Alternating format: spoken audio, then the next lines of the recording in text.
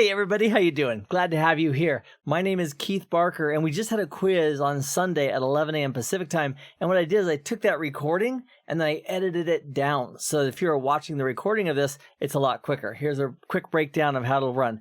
I'll introduce a question, and then I'll give you in the corner of the screen a countdown of 5, 4, 3, 2, 1, and boom! And then the actual answer will appear, and then any explanations I include. The benefit of doing that is that as you're watching this video, when you see me doing that countdown, 5, 4, 3, 2, 1, pause it, and that'll give you as much time as you need to think about the answer, what it is, why it is, and then you can click on resume and see the answer. So without further ado, enjoy this recording of the live quiz. Our focus is on EIGRP today. That's the Enhanced Interior Gateway Routing Protocol from Cisco. Here is question number 1. It's multiple select. What goes in to the EIGRP metric calculation by default? I'm looking for 2 correct answers here.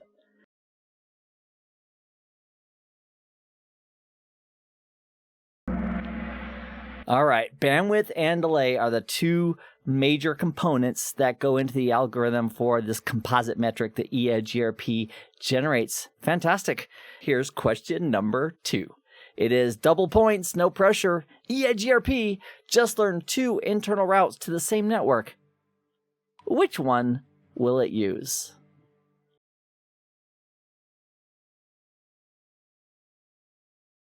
The route with the lowest composite metric, how is that possibly true? Let's talk about that for a moment.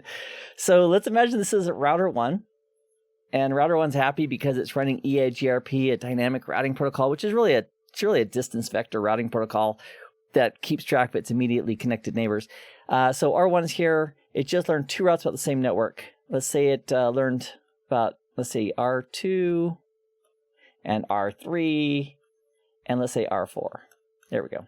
So let's imagine we have a connection here, a connection here, a connection here, a connection here, and then we have network 4.4.4.4/32. That network has been advertised from R4 to R3 and to R2, and then they advertised it to R1, and the EIGRP routing process just learned about that network from 2 different sources, 2 internal routes to the same network, one going this way and one going this way. With EIGRP, the default administrative distance is 90, so it'd be AD of 90 for both of those learned routes. So the question is, which one has the lowest composite metric? And that's the one that would be used. Basically, once it's in the routing table, the one that has the least cost is going to be used. Let me give you an example of what that might look like. This is a little different, but I think you'll do great with it. I'm just going to put EIGRP on all these devices. I've got a multi-layer switch, which is routing. We've got router 1, router 2, router 3, and router 4. None of them are running EIGRP yet, so we'll do a config T, and we'll do a router EIGRP 1, and we'll say network. Now, if you're brand new to EIGRP, the network statements work very much like they do with, well, very similar to they do with OSPF. So if you don't know how network statements work with OSPF yet, no worries. Once you study that, you can go back and revisit here. So with EIGRP, the network statement simply says which interfaces are we going to include. So I'm going to say network 0000, and there's no areas in EIGRP, so we don't have to say area 0. So that basically says to this router and all the routers, hey, please enable EIGRP on all interfaces that are running IP version 4. And then we have some adjacency that just came up, and it's done. I did that command on all routers, all devices. So if we went to router 3, for example, and we said show IP route, and then I'm going to say EIGRP. And what that does is it says, please show me the IP routing table, but just show me the output for EIGRP learned routes only. And that'll thin the output a little bit. So look at this route right here. So we have a route to 2222 that we've learned, and the D over here on the left shows you how that route was put into the routing table, where it came from. And the D says it's EIGRP. All right, fantabulous. EIGRP learned route. And this shows us that we have the administrative distance of 90 for both of them, and we have the same composite metric, aka cost or metric. In EIGRP, it's a composite metric. It's made up of those calculations from the previous question, like the bandwidth and delay, and a calculation based on those 2 factors.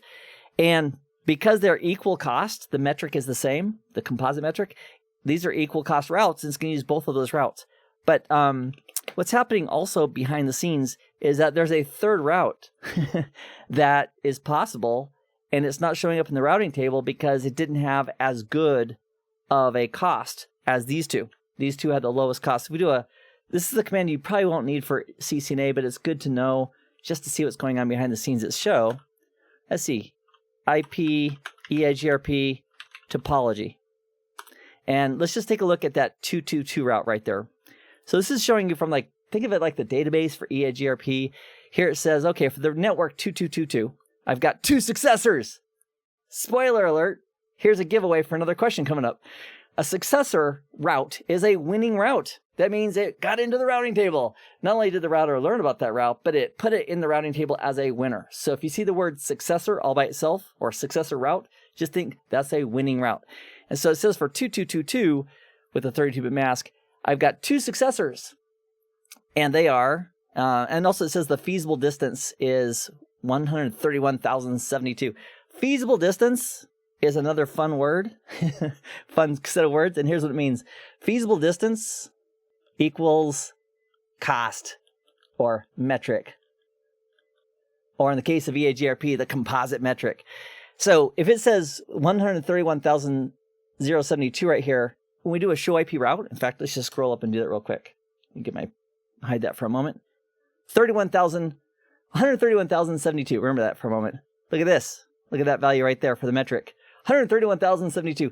So the feasible distance in EIGRP is the actual metric or cost or a composite metric that it uses. And this is just another way of looking at that same data. So going back to this bad boy right here, let me get my pen out. So we have 2 routes that won, and that's because these 2, oh, look at that. Look how big that pen is. Oh my gosh. Click, click, undo. All right, massive pen strokes there. So it says we have 2 successors. That means we have 2 winning routes. So here's the here's the metric, and these 2 routes have that metric right here. And so the successor routes are this guy and this guy. So that's why in the routing table it shows 2 routes. Now look at this one right here. This next one that has the next hop of 10.23.0.2, it has a metric of 131,328. So it's not as good as the others. And so for the question that we just addressed, if we're learning multiple EIGRP routes for the same network, and which one's going to be used? It's the one that's going to have the lowest cost between the EIGRP routes. And if we have 2 equal cost routes, they're going to be used. So this is actually the cost or the composite metric. And I'll talk more about the feasibility condition in a subsequent question. So that's a little bit more than you probably knew about EIGRP if you're brand new to it. I'd also encourage you to watch that video that I published a few months ago on EIGRP, and it'll help as well with a lot of these basics. Which EIGRP network statement includes the 10.2.0 network with the 24-bit mask? And multiple select. So choose at least one or up to all of the correct answers.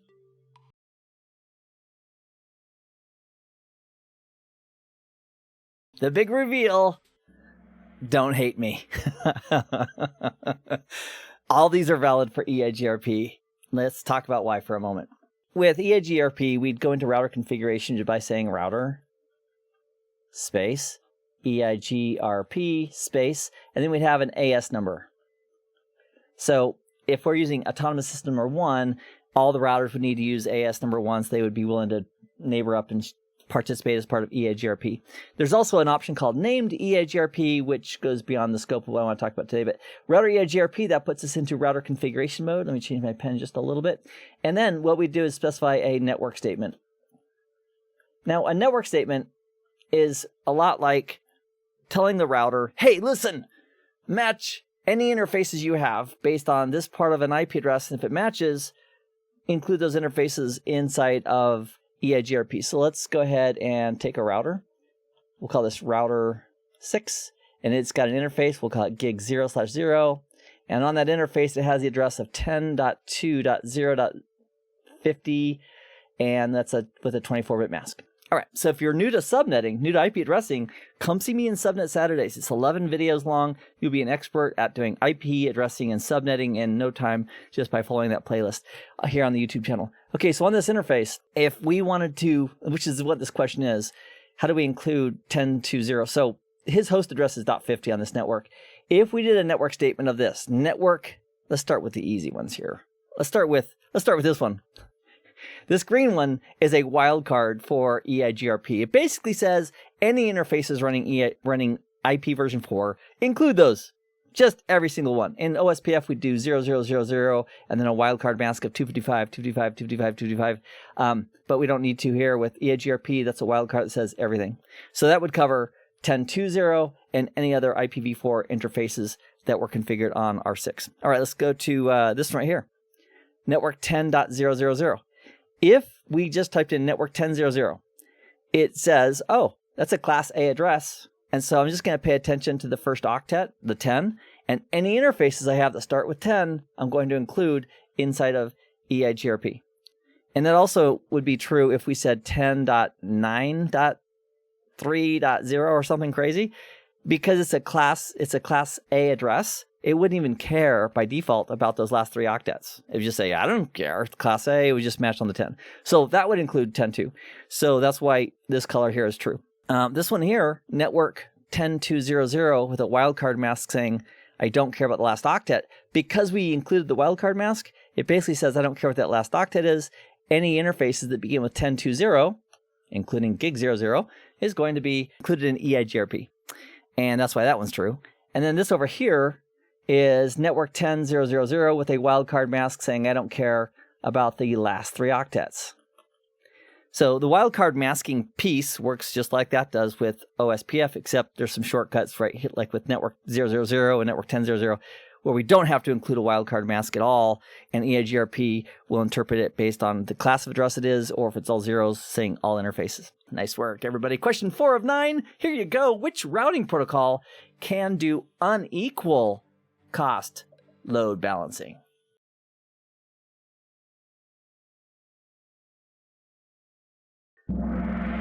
All right, EIGRP can do unequal cost load balancing, and I think we should see that in motion. So check this out. If we go to R3 and we do a clear screen and we do a show IP route for EIGRP, it's got 2 equal cost routes for the network 2222. One's going through, it looks like R4 based on the last octet and how I numbered them, and another one going through router 1. And we look for that same network of this guy right here, 2222. This says that we have 2 winners, 2 successors, where the cost or the feasible distance is 131,000. That hasn't changed. And here are the 2 winners. And this third one here, see how this metric is slightly higher? Bummer. Because the metric or the feasible distance is slightly higher, it didn't make it into the routing table. But here's something cool that EIGRP does. EIGRP can also keep track of a route that didn't quite make it into the routing table, but might be able to be used if the other routes go away. And that's what's happening with this third route. It's good enough to stay in the topology table, but it's not good enough to make it into the routing table because the routing table only takes the winners. Unless we tell it to use a little leniency. What we could say is, hey, dear Mr. EIGRP, if you have these backup routes waiting in the wings, go ahead and use them. If they're like maybe only half as bad as the primary route, or a third as bad, or a fourth as bad, meaning the metric could be 2 times or 3 times or 4 times what the other metrics are. So to do that, let me show you how that's done. This is just interesting. I wouldn't worry about the full config for EIGRP for CCNA, but it is fairly interesting. So right now, if we do a show IP route for EIGRP learned routes, it knows about just those 2 routes, but it has that third one with a slightly worse metric, and we can bring it into the routing table like this. Router, EIGRP, same autonomous system number, and then we can do a variance command, and variance says, how bad? How bad can the next possible or feasible backup route, how bad can that metric be? I'm going to say 2, and that just means it can be twice as bad. So if we scroll up a little bit before I press enter, this metric right here, 131,328, is just slightly worse than the successor routes. So 2 is going to be way, you have to go in increments of, 1 digit. So that'll bring this route, which will now show up. We should have a new route coming in the routing table with .2 as the next hop. So let's play that out and see if it works. Variance of 2, boom. Show IP route EIGRP is what I want to do. And crossing his fingers, look at that. For 222, we now have 3 routes. We've got 2 that have a pretty darn good composite metric, and we have one that's slightly worse, but it made it in because we used the variance command. This is an example of unequal cost load balancing. So this is what EIGRP is doing. Also, one more thing, and then I'll go back to the next question, and that is this. We do the topology again. There is something, I'm a little nervous to even tell you about, but there's something called a feasibility condition, and I'll write it out here. How do you spell feasibility? F-E-A-S, is it I? Feasibility? All right, there may be a typo there. We'll find out here in a moment. Feasibility condition. And here's what the feasibility condition is. It says, for this route right here, which is the one with a slightly worse metric, the reported distance, like this is, we're on R3. So when R3 is learning about, these routes from its neighbors, this number here on the right is called the reported distance. It's like the value reported by like R1 or R4 who's reporting it in. And think of it like the base guts of how R3 is going to build its own calculations for getting to the route.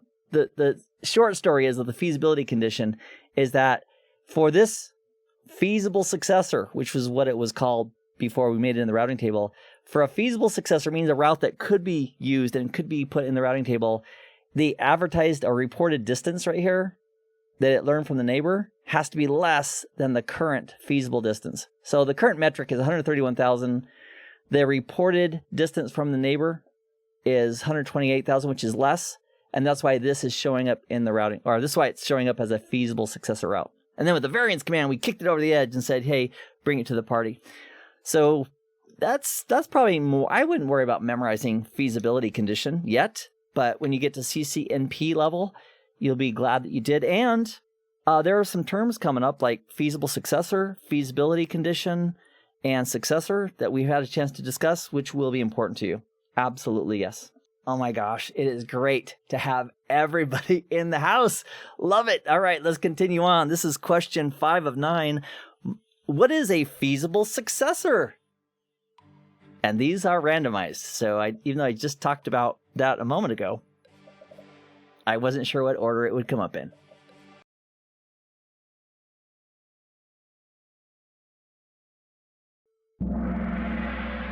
All right, it is a backup route.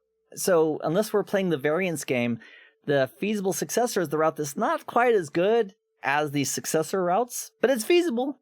And that's because it meets the feasibility condition. But it's feasible that it could be a route if we change the variance or the two primary routes leave the picture, and then it can be automatically put into play. So that's what a feasible successor is. Think of it like a backup route that EIGRP is hanging on to in the event it needs to put it into the routing table. All right, great job, everybody. Next, we have question 6 of 9. What is a successor route in EIGRP? Oh my gosh. We just talked about this. What is a successor route?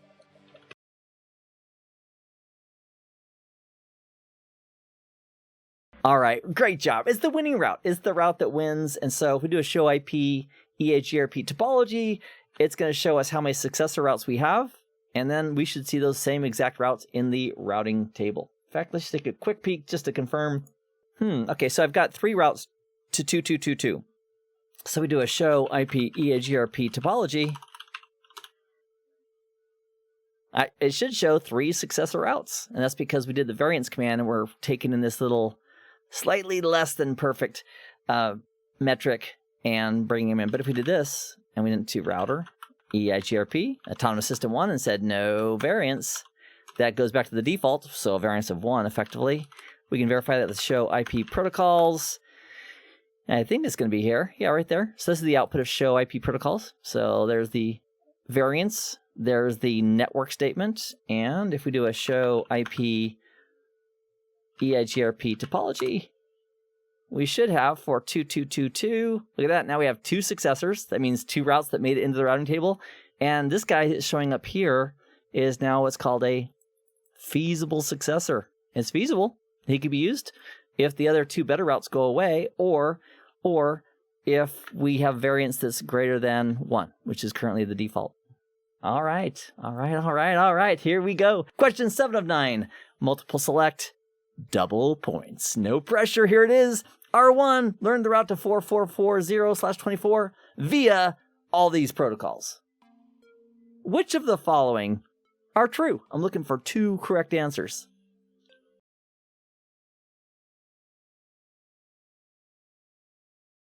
Well, if we learned about all those routes, well, I should say R1, so this is R1, and it learned about the network 4440, that exact route, via internal BGP. Internal BGP has an AD of 200. I'll put, not 2000, Keith, that's a lot. I'll say IBGP, which is bad. So AD is like, the lower is like golf, lower is the better. OSPF has an AD. Help me out here. Somebody chop it. Go ahead and put in the comments. What is the AD for OSPF? Let's go ahead and type that in if you would. Help me out. Fantastic. It's 110. Answers are pouring in. Okay, let's keep up the move then. For EIGRP internal routes, what is the AD? The administrative distance for EIGRP internal routes. And those numbers are pouring in. Fantastic. That has an AD administrative distance of 90. And RIP, may it rest in peace. What is the administrative distance for RIP? And once again, thank you for those fantastic answers. Spot on. Great, great, great, great. All right, so if R1 learned about this route from IBGP and OSPF and EIGRP and RIP, it's going to prefer EIGRP learned routes because they have if it's the same exact route, 24 bits, it's going to choose the one learned via EIGRP because the default AD is 90, which is great. Oh, there we go. So we would see that. That's green. And then if that route went away, the next best route would be OSPF because it has the next best after EIGRP. Fantastic. So it's red and green. Next question. Question 8 of 9. Double points. Oh, we're getting near the end here. When will a RIP route be used instead of an EIGRP route? I mean, how could that happen? We just had the discussion about AD. Is there a correct answer here? And if so, what is it?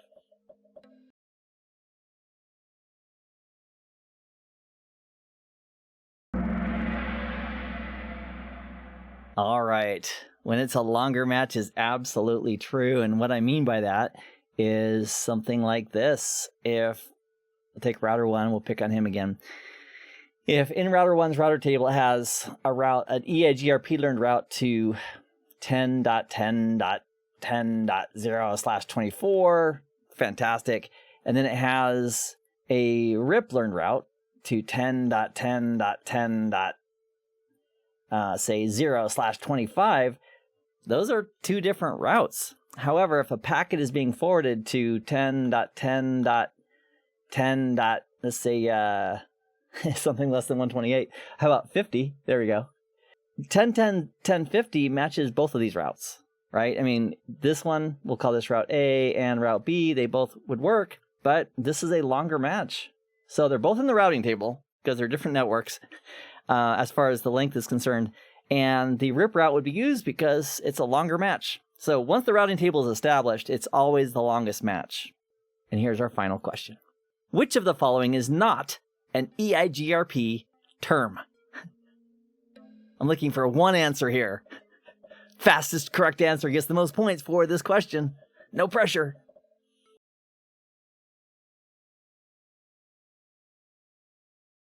Wow, nice. LSA's link state advertisement. That's an OSPF thing for a link state routing protocol. And EIGRP has none of that. All right. Fantastic work. And here's the podium.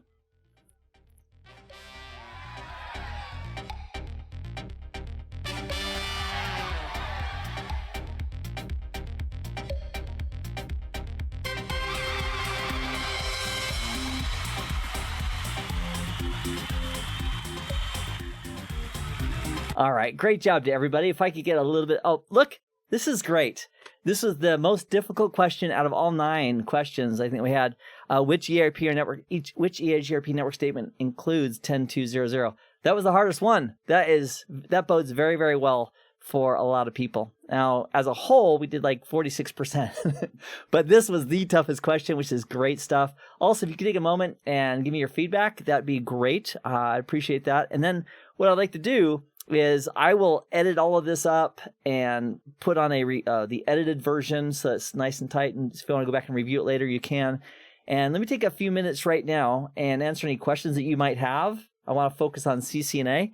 If it's beyond that, I'll just let you know and we can address that a different way. But if you have any questions about CCNA or EIGRP or whatever, if it's CCNA related, just go ahead and do an @KeithBarker in the chats right now, and then press enter, and then I will see it hopefully, and then I can go ahead and take that. All right, let me go ahead and bring up a bigger view of the camera. Yeah, it's me. Anyway, it's great to have you. And let me just minimize this and take that out of there, and then move something over here. All right. And so I just have the questions right here. It's a little easier for me to see them this way. So that's it for this quiz, this recorded version and the edited version. Thanks for joining me. If you want to participate in the live quizzes, we have them every single Sunday Pacific time at 11 a.m. I'd love to have you there. Meanwhile, have a great day, and we'll catch you in the next live event.